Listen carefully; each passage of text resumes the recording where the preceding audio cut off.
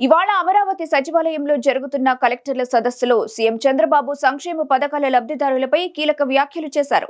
వారిని బిచ్చగాళ్లలా చూడొద్దంటూ కలెక్టర్లకు హితబోధ చేశారు. టేక్ ఇట్ ఫర్ గ్రాంటెడ్ కాదు, బిచ్చగాళ్లకు దానం చేసినట్టు కాదని, చివరి లబ్ధిదారునికి కూడా సంక్షేమం అమలు జరగాలని చంద్రబాబు కలెక్టర్లకు సూచించారు. మే నెలలో తల్లికి వందనం ఇస్తామని, ఎంతమంది పిల్లలుంటే అంతమందికి 15,000 రూపాయలు ఇస్తామని చంద్రబాబు తెలిపారు. మీరందరూ కలెక్టర్స్, కలెక్షన్ ఆఫ్ రెవెన్యూ.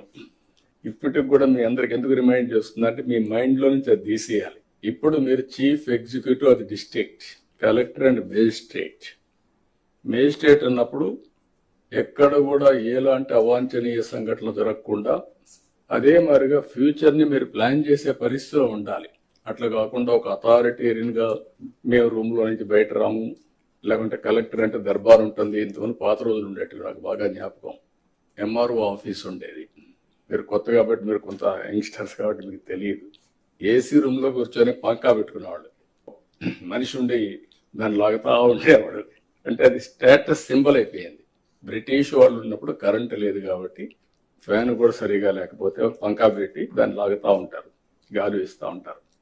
అలాంటి ఓల్డ్ అడ్మినిస్ట్రేషన్. కలెక్టర్స్ కూడా నేను నాకు 30 సంవత్సరాల నుంచి మిమ్మల్ని చూస్తున్నాను. నేను ముఖ్యమంత్రిగా అంత మునుపు కూడా చూశాను. 45 ఇయర్స్ 47 ఇయర్స్ చూశాను. అయితే ఈరోజు మనం గుర్తుపెట్టుకోవాల్సింది ఏంటంటే, కలెక్టర్ అనే వ్యక్తి చాలా ప్రజల్లో ఒక ప్రగాఢమైనటువంటి ఇంపాక్ట్ క్రియేట్ చేయగలుగుతాడు. I can say one word, మీ క్యారియర్లో కలెక్టర్, ఆ తర్వాత చీఫ్ సెక్రటరీ.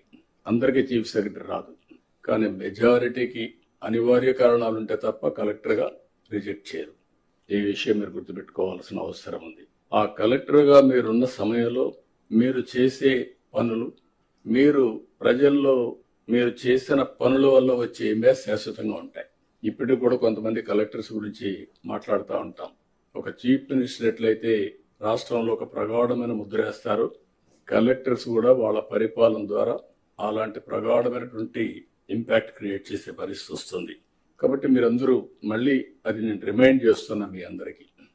రొటీన్ అడ్మినిస్ట్రేషన్ ఉంటే మీకు 9 నెలలు అయింది, ఇంకొక 3 నెలలు 6 నెలలు సంవత్సరం అవుతుంది, మళ్ళీ రొటీన్గా ఇంకొక పోస్ట్కి పోతారు. అది కాదు. What you have achieved during your tenure is very important. ఇది మీరు గుర్తుపెట్టుకోవాల్సిందిగా నేను కోరుకుంటూ